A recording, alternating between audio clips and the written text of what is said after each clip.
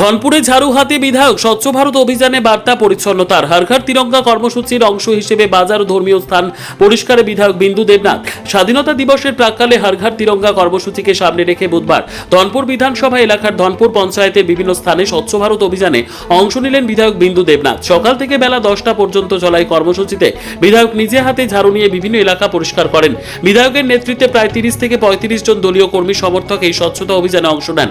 ধনপুর পঞ্চায়েত এলাকার বাজারের শেড, বিভিন্ন রাস্তার পাশের স্থান এবং সনাতন ধর্মীয় স্থানগুলিতে জমে থাকা আবর্জনা পরিষ্কার করা হয়। কর্মসূচিতে বিধায়ককে নিজে হাতে ঝাড়ু নিয়ে পরিচ্ছন্নতার কাজে অংশ নিতে দেখা যায়। পাশাপাশি দলীয় কর্মী ও এলাকার যুবকদেরও এই কাজে যুক্ত করেন তিনি।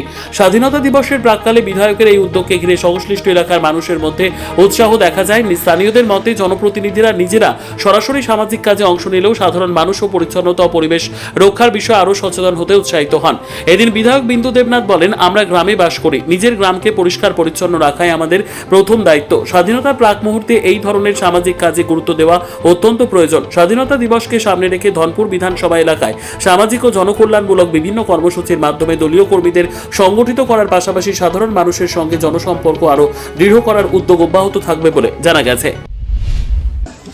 আজকে মূলত কি বিষয় নিয়ে স্বচ্ছ ভারত?